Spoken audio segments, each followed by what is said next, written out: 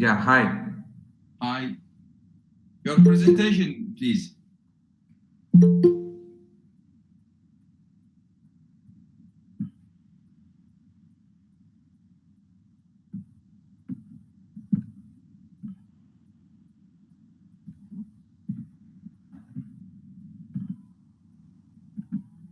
Okay.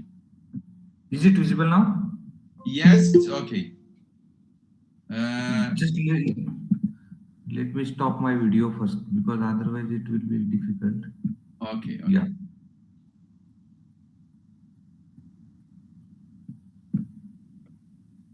Yeah. I need to speak in two languages, Vikram. I will come you in Arabic then in English. Yeah. اخوان اعزائي ارحب بالدكتور فايجرام بانديت فروم من جامعه هيرتاج في جمهوريه الهند. محاضرته هذا اليوم ان شاء الله، والمحاضره الثانيه ان شاء الله راح تكون الاسبوع القادم بنفس التوقيت. فنتمنى لكم انه تكون المحاضره بالنسبه لكم مفيده وعلى اعلى درجه من درجات المنفعه والاهميه. We are welcome Dr. Vikram from Indian Republic, and you are welcome next week also. So Dr. Vikram should take this lecture in 2 weeks ago later, but that March is birthday, so I need to present my pleasure hobbies for Vikram for his birthday, and hope you have very long life. You can start now, please. Yeah.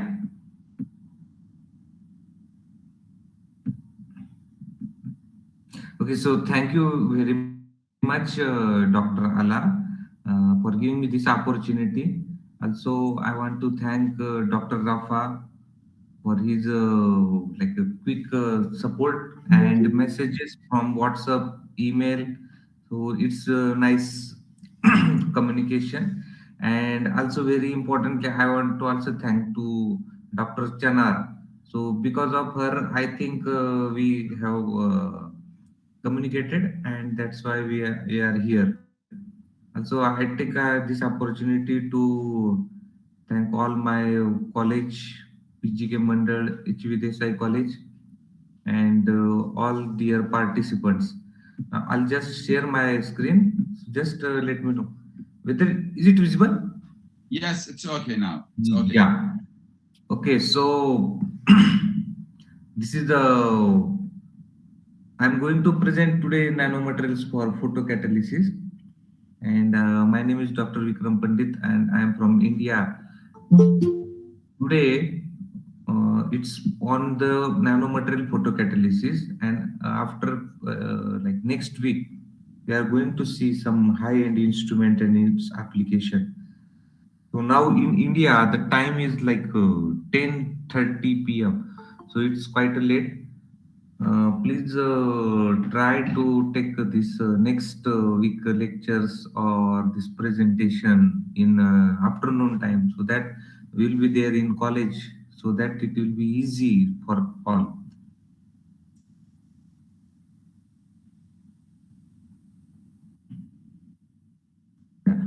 Okay, so my name is Dr. Vikram Uttam Pandit, and I'm assistant professor at Haribai Desai College, India. And today I'm going to present applications of few nanomaterials for photocatalysis. So just see, this is the world map. Here there is an India and Iraq is there. So in India, there is a Taj Mahal is there, and there are a lot of so many states are there. And I belong to this Maharashtra here, which is present at the heart of the India. In Maharashtra, if you visit sometime, in Maharashtra there is a Pune city, and in Pune, this very historical place Shaniwar Wada is there. Okay, so if anybody came to India, will definitely visit to this place, and this is like a historical here. Exact, this is the entrance, and at the exact back side of this entrance, there is our college. This is the main building of college. Yeah. And This is like a entrance gate of HV Desai College.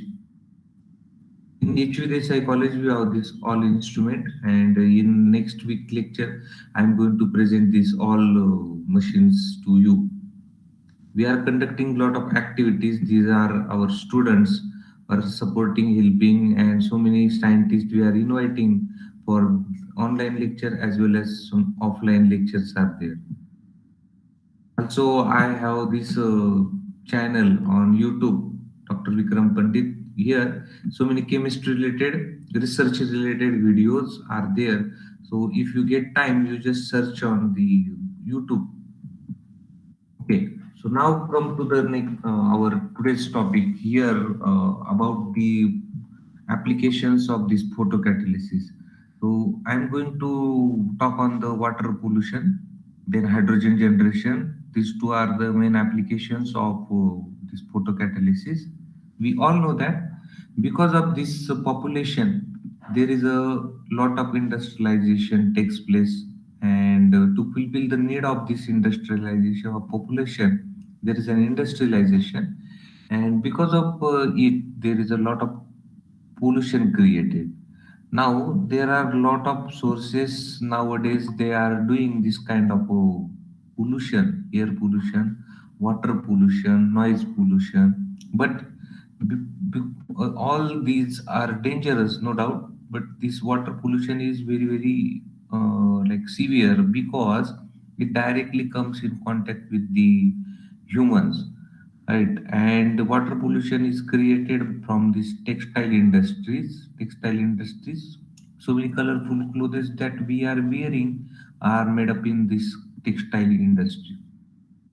Now, this textile industry it using a lot of colors, different colors are there, and after use, they are just throwing this colored water into the water reservoirs, like rivers, then sea. They're just throwing it. So these kind of dyes, uh, these dyes or these colored compounds are nothing but a complex organic structures which are very stable, which are thermally as well as photostable, and degradation of those compounds are very, very important. For instance, see, this person here is coloring the cloth, and whatever the remaining water is there, colored water, he just going to throw it into the water reservoir. Right? Once it goes into the water reservoir, what happens? No, the fishes they are taking this kind of organic compound, and their fish they are getting a few diseases like cancer. Okay, and like at early stage of this COVID-19, people they are thinking that it might be this COVID. It came from the water.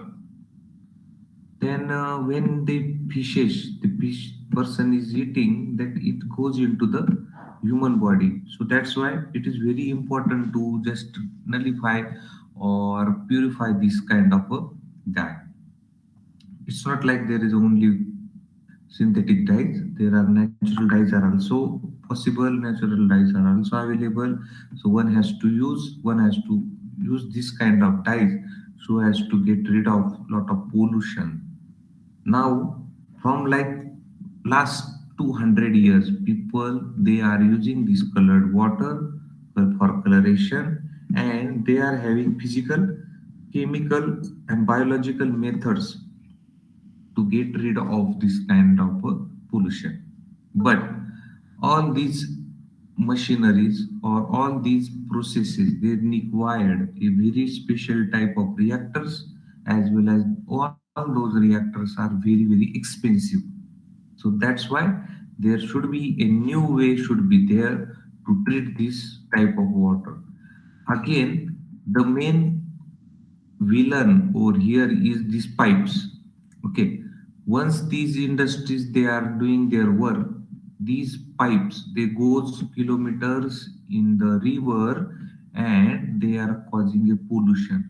So we have to do something on this pipe. So let us we had this plan, and our student they made such a type of industry which shows that let us consider we have this HVDSI textile industry over here, and whatever the product we are getting, we are storing it here. After storage, whatever the waste is there, it collected in this black, and through this black tank, this type of pipe, it will do a throwing, or it will do the job that it waste is directly transferred to the river. Now this pipe, red color pipe, is nothing but this pipe which goes into kilometers into the river. So this is very dangerous. So what we one should do, we have to do some kind of work over this pipe. So there is a photocatalysis comes in picture. Photocatalysis is the process by using light. We are doing a catalytic reactions. For example, when any semiconductor material is there, and when sunlight is falls here, holes and electron get separated, and there is redox reaction, like oxidation and reduction reaction takes place, that is responsible for the photocatalysis. So same phenomenon we thought that we can use this, and we have number of applications by using this photocatalysis. Now hydrogen, we are producing hydrogen by using this type of process. Why one has to produce the hydrogen? So hydrogen can be generated from H2S gas. H2S gas is very dangerous, and it causes a different diseases in human being. So here in our lab we have this kind of setup. Here there is a photoreactor and light source is there.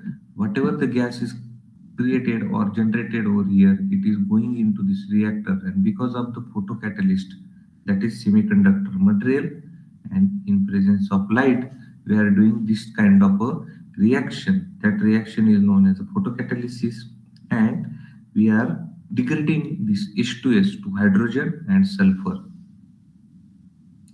Why we have to produce hydrogen? Because hydrogen is the need of a future, because all these non-renewable energy sources, they are going to be vanished in due course of time, so that hydrogen will be having a control or all over the industries. In India nowadays few cars they are working on this hydrogen, but still hydrogen storage is the very big challenge. Now the students, teachers, professors, those who are listening this lecture, they are having a great opportunity. If they can store this hydrogen, no, they might get the next Nobel Prize in this physics, chemistry, or in catalysis. So this is very great opportunity. So just they can switch, or they can try to work on the hydrogen storage. For today's lecture, I am going to show you the synthesis of two type of nanomaterial. First is tin oxide nanomaterial. So my project student, they did this type of reaction by using this hydrothermal Teflon line autoclave. Here, starting compound when they mix together and in presence of some ethylene glycol, they have did this kind of synthesis, and tin oxide is produced. This synthesis is being checked by using the XRD, then it's same and DRS type of technologies. So all these results, they are matches with the earlier reports. Now, once we have synthesis SNO2, SNO2 is not new, but we added a organic semiconductor pentasene quinone in 3 different ratios, and we just again characterize it by using different characterization method. So one can see this is the pentasene quinone sheets, and over the surface of this sheet SNO2 particles are there. And as I told you that we are going to purify the water, so we prepared few dyes over here. This methylene blue dye of 5 ppm, when it placed in presence of this type of lamp, it start degrading this methylene blue colored solution, and we are getting a lot of degradable or very less harmful products. This color change, it indicates that there is a degradation, and this mass spectrum of these compounds are also showing there is a degradation. Now, if we have a UV visible spectrophotometer, we can take this kind of UV visible graph by using SNO2, then the different catalyst. And as the TiO2 is this SNO2 or pentasynclinone, they are having a 0.058% of ratio. That time, a very good rate of this dye degradation found. Now, if you are having a in your campus of university or colleges, if you are having a plenty of sunlight, then sunlight is like free of cost. In my students, Ganesh, Omkar, Ragini, they did this kind of reactor setup on the rooftop of this building. On the top of this building, they have these three magnetic stirrer, and on these three magnetic stirrer, they are having this kind of a solution. Now the process, I will show you the process, similar process here we have to use. After the interval of 10 minutes, you have to take the reading and you will get this kind of beautiful graph. Even if you don't have this kind of UV visible spectrophotometer, then at your college level, you can do such type of reaction by using a simple apparatus, that is magnetic stirrer, then conical flask, and UV visible colorimeter. First of all, you have to prepare a ppm solution. So the ppm parts per million solution, it can be created or it can be prepared. Like if you want to prepare a 10 ppm solution, just take 10 milligram of the compound and then add 1 liter of water. That will be 10 ppm. So likewise, you can prepare different concentration of dyes. Then you have to keep this under sunlight. Whatever the catalyst of your interest which you have prepared at your lab, you have to add into the like fixed amount of catalyst should be added, and you have to stir it. Now, after interval of 10 minutes, 15 minutes, you have to do its kinetic study. So just take out the solution for this colorimeter purpose or UV visible spectrophotometer purpose. You will find there different color test tube.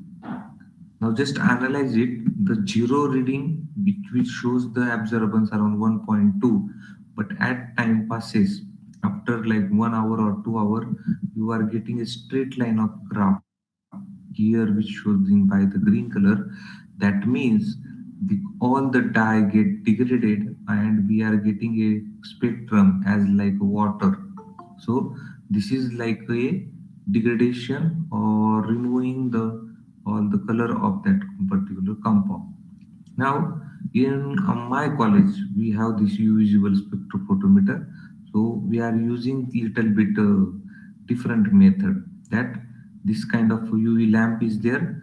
Obviously, this all assembly is in wooden jacket, so that this UV visible radiation, they will not produce any harm to anyone who is working in that lab. And here we are placing a dye solution, and again we have to take this dye outside from 1 ml into the different test tube. And after this interval, you have to take the UV visible spectrum. Before that, sometimes when there is a catalyst is there, no, that catalyst is stuck here, so we have to centrifuge it. Once you centrifuge it, it will get at the bottom and you will get clear solution for the taking its UV visible spectrum. And you know that UV visible spectrum, it will be like decreasing. That means it indicates that this dye which is having a complex structure get degraded, and we are proving that there is a oxidation reduction or redox type of reaction is taking place. After those readings, you can just simply use this kinetic plot by using the origin gap. Origin is a software which is used for plotting the graph. And as I have told you in my YouTube channel, if you have time, you can visit how to plot this kind of graph in one graph only. So different graphs are there, and how to find this rate constant, it is given. So the rate constant can be calculated by using this equation Ct by C0 into 100. You will get a percentile remain, as well as if you take its ln, then you will find the rate constant of that particular reaction. So easily you can compare it, and by making this kind of graphs and table, you can publish this kind of work in good quality of journal. Now again we will come to this pipe. So this pipe is our main villain, or we have to work on this pipe. So let us consider you have an engineer friend, then chemistry friend, or anybody from the physics friend. Okay, then because of them or with the help of them, what you can do, this pipe, if you take its transverse section, you will find that the pipe is look like this.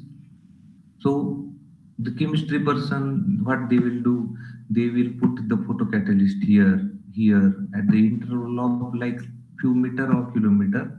They will put some photocatalyst, and with the help of engineer, you can put the light sources inside these tubes or inside the this kind of big pipes. Or even sometimes if you make a like 1 meter of this section of this pipe by like a glass sheet, then you can put this lamp from outside, and in presence of this light or in presence of your natural sunlight, there will be a oxidation reduction takes place, and you will be getting a good quality of water. Instead of throwing the polluted water, you can throw this kind of like less polluted water into the river. So that will be beneficial for all the natural fishes or the plants which are originated from the river. Now this is one task that we can do for purification of water. Now, the next part of this presentation is about to synthesis zinc indium sulfide type of sulfide material. So for that purpose, see, zinc acetate and indium chloride is taken in the beaker, and through this burette, thiourea is added. So once it get dissolved by using magnetic stirrer, you have to transfer it again into the this kind of autoclave or hydrothermal reactor. If you put it at the oven at particular temperature, what you will find a yellow color precipitate, and if you dry and wash it, you will get it characterized by using different method. So you will get a XRD graph of these peaks. Those are like matches with the earlier report. If you have its EDS pattern, you can find that there is a zinc, indium, and sulfur is present in the given compound. So that will be indication of formation of zinc indium sulfide type of catalyst. Why I choose this? Because synthesizing this type of sulfide material is very easy, and one can produce it in any type of lab. Graduation, post graduation students, they can also do this kind of synthesis process. One salt of metal you have to take, and the sulfur source, which is very important in this reaction. Just thought that if after taking its same images, we found that this kind of marigold like flower we are getting in the APCM images. So this kind of production or formation mechanism we proposed. In this mechanism, that what we thought, the nanoparticles, those are present here like in an ion form. They are combining to form one petal, and one petal, when it combines different with different petals, they fuse together, and finally they are producing this kind of morphology. So this image shows like a marigold like flower which is present in yellow color form, right? And once when we zoom it to up to the like 500 nanometer, no, it shows the like flecks, like small flecks of these flower or sheets can be found out in the surface. When we took its EDS, EDAX, same EDAX, that time zinc, indium, and sulfur is found, that indicates that there is a formation of zinc indium sulfide. For the confirmation of the morphology and particle size, we did the TM analysis, transmission electron microscopy, that also shows the like peaks or these petals of the flower, which indicates the formation of again marigold-like flower. And this T spacing of 0.416, it matches with the this kind of a zinc indium sulfide type of flower. Now, after all the synthesis, what we did, we again developed a good quality of water splitting setup. Now, initially, I showed you the one setup which is responsible for producing hydrogen from H2S gas, hydrogen disulfide gas. Now, water which is available in like large quantity all over the world. So one can take this water. Now, this setup is divided into three different parts. First is light source, then photoreactor, and last is the idiometer tube. See, this photoreactor is very important. Here there is a one stirrer, and on the stirrer there is a photoreactor. Photoreactor is nothing but two-way round bottom flask. Here, what we are doing, we are adding our photocatalyst and water, yes, along with the scavenger. Now, this what is scavenger, that I will just explain it in the next few slides. So scavenger is added over here, and it is continuously stirring. After, like, when you highlight the light on this type of reactor, that time the light is fall, and there is a again oxidation and reduction type of reaction takes place over here. Now we know that oxidation, it gives oxygen, and reduction, that means in presence of electrons we are getting a hydrogen gas. So that mechanism again I will show. And whatever the gas is produced here, that gas is passes through the tube and goes into this type of graduated idiometer tube. Now, this tube is graduated, and once one bubble is coming or passing through this pipe, once the bubble goes, it will go at the top, and whatever the water is there, that will falls down into this beaker. Now, since it is a graduated one can measure that, okay, 1 ml, 5 ml, 10 ml of hydrogen I got from this kind of reaction by using different photocatalyst. Now, it's like a gas, so nobody can see this, but the bubble we can see. And whatever gas is produced, if you take this gas into this syringe and just inject it in gas chromatogram, that time what will happen? You will see the peak of hydrogen. So that will be the confirmation of production of an hydrogen. This is like a producing of hydrogen in lab. So now again same, we can do this in our college lab, as well as you can do it in any type of university or anywhere, because this is like very simple type of reaction. Now this type of setup we are having in our lab. Here this photoreactor is there, which is attached through this tube, and it goes outside from this box. This is the box, and this assembly is placed outside, which is a graduated idiometer. See, this pipe, white pipe is coming through here, and bubble, when the bubble goes inside, no, water falls down. And this is the lamp. Now the lamp is again with the extra precaution over here. There is a lamp, when it burns, that it produces a lot of energy, lot of heat. So overcome to this heat, a water jacket is there. One pipe is going in, and another pipe leave the water from this type of lamp. So overheating can be cured by using this type of a water jacket. And whatever hydrogen is produced through this septum from here, one can just take out in the syringe, and we can inject it into the directly to the gas chromatogram. So it will give us hydrogen peak. Yeah, for our latest publication, only like in last week or this one, yeah, on Monday we got to confirm information or publication based on this type of reactor. So this reactor, we thought that reactor we can draw like that for the explaining purpose to the reviewers. And we had a MRS Springer Nature Journal publication where a light source is shown and this output reactor is there, and lastly the radiometer tube is there. So this is the actual photograph of this reactor, and this is just made up of by using different software we have created such type of system. Now see, when we use this blank run means there is a no any catalyst were added in the setup. That time we are getting a zero hydrogen production. When we did this reaction in dark without light, that time also we are getting a zero hydrogen production.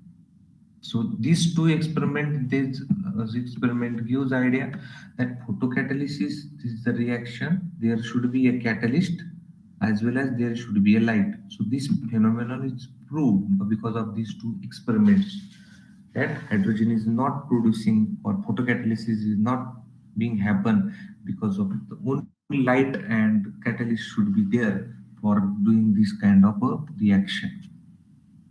When we are adding this zinc indium sulfide nanoparticles only, that time we are getting only like 500 micromole of hydrogen per hour per gram, like after 3 hours, 4 hours. Okay, and this is very less quantity. But when we are adding a different scavengers or sacrificial reagent, for example, we added methanol, then sodium sulfate and sodium sulfide and benzyl alcohol.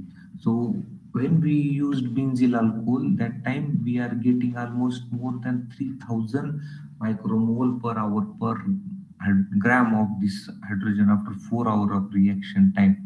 So this benzyl alcohol is primary alcohol, and I'll show you that in the next slide. Okay, why the benzyl alcohol is giving a lot of hydrogen. So once we use different scavengers, the rate of hydrogen is increasing, and we got a very good result by using the benzyl alcohol.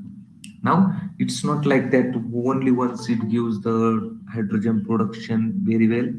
We did a 3 cycles recycling study, and in this cyclic study we are getting almost similar type of result of hydrogen production per hour per gram. So this here it will show you the correct mechanism over here.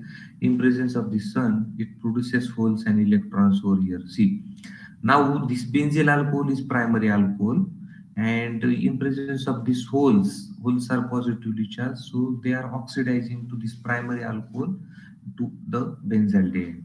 Now the benzaldehyde, it gets settled into this water, and holes are being sacrificed.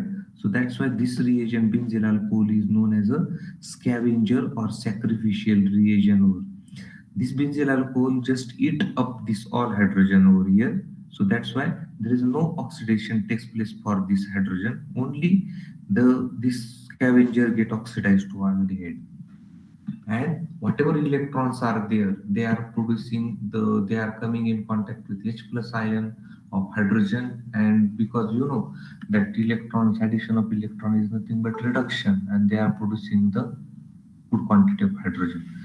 Again, the main use of this scavenger is that the holes and electron, they are not recombining. That means electrons are available as we needed more and more quantity, that will give us the hydrogen. So again, in one figure we have showed the zinc indium sulfide growth mechanism or formation mechanism, then all the water splitting type of setup, which is divided into 3 parts. Then the mechanism of this photocatalysis by using the scavenger benzyl alcohol.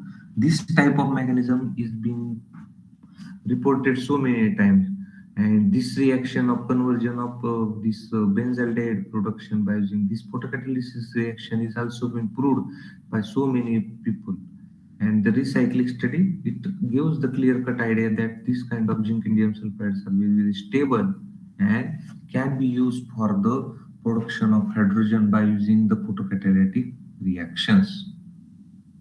So based on this result, what we did, we have this pentacene quinone first. So pentacene quinone, it will be active for the production of hydrogen as well as for the degradation of dyes. And like in the PhD time of few students, what they are doing, they are making composite with this organic catalyst, and they that we are published with the help of TiO2 in good quality of journals JMC.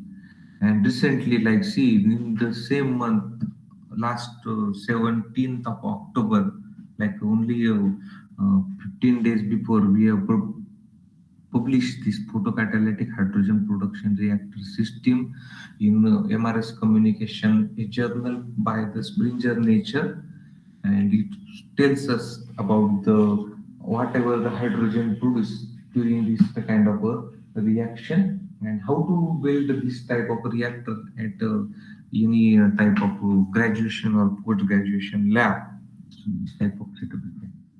This is the college again. These are the project students. They are working in the sunlight, and this various dyes are there. So it's like a free of source light. Sunlight is free and plenty. It is available in the like in summer. It will be like a very good season for doing this type of photocatalytic reaction.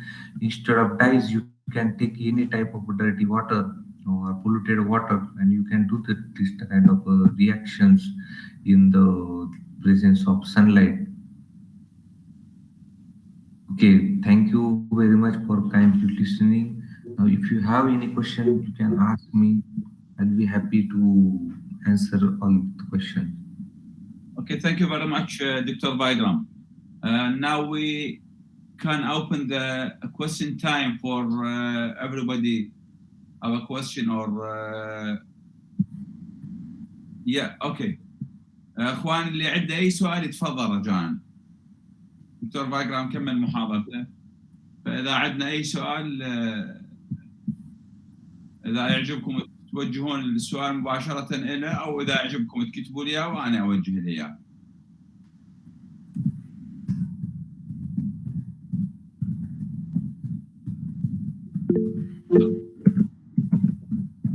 تفضل دكتور علي جاسم. يعني.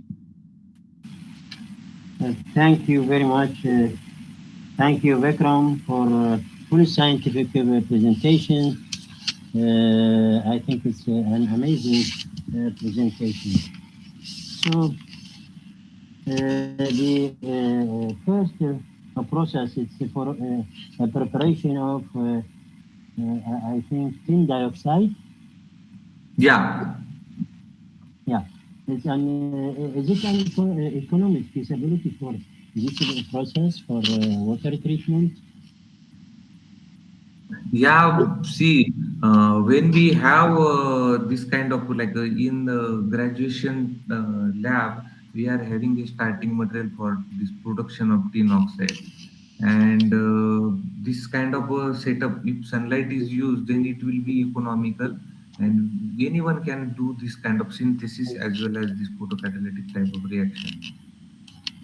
Yeah.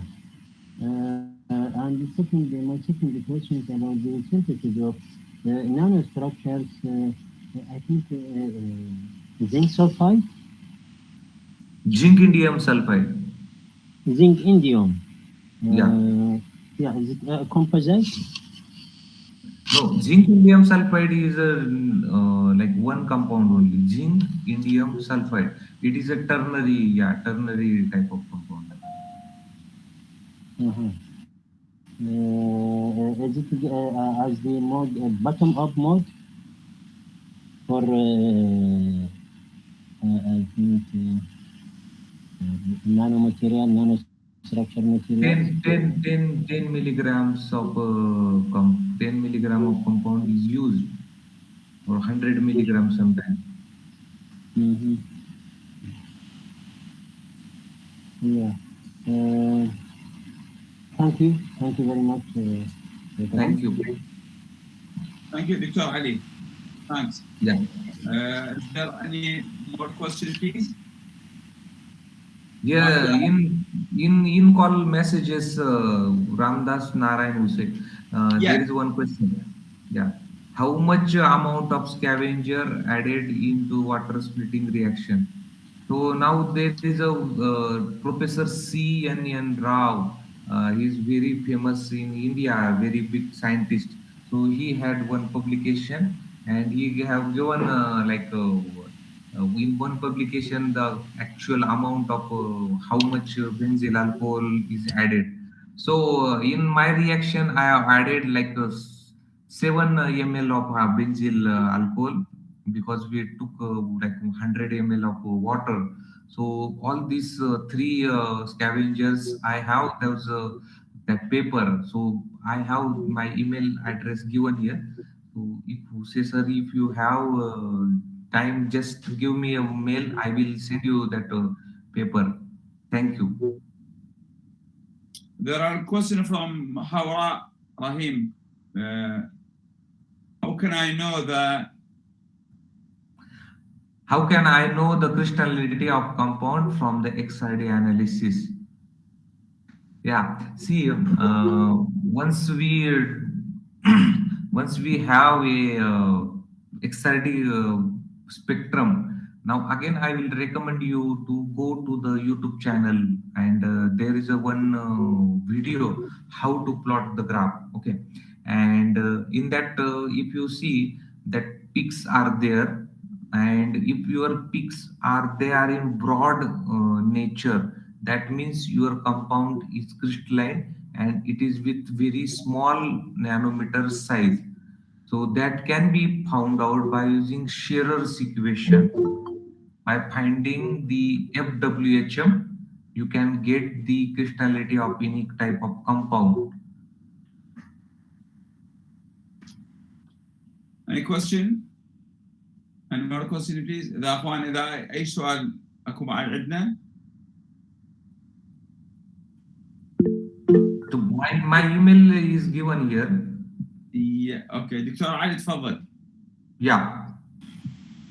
Yeah, please, about Scherer formula, is it sufficient to compute or estimate maybe? No. Scherer formula, it will just give us the average particle size. Scherer formula, it will give the average particle size, right? You better way if TEM analysis is available, no, then that will be like best. So you just compare TM and XRD, you will get exact crystallinity size. Yeah. Thank you. Okay. Any more question؟ وأنا إذا أكو أي سؤال إذا أعجبكم اكتبوه على المسج أو توجهوه مباشرة. Okay, there are new question. Why they use standard oxide, not other nanomaterial? See, just now I have told you, here in my graduation lab, we have this kind of chemicals available. So I don't have to buy new type of chemicals.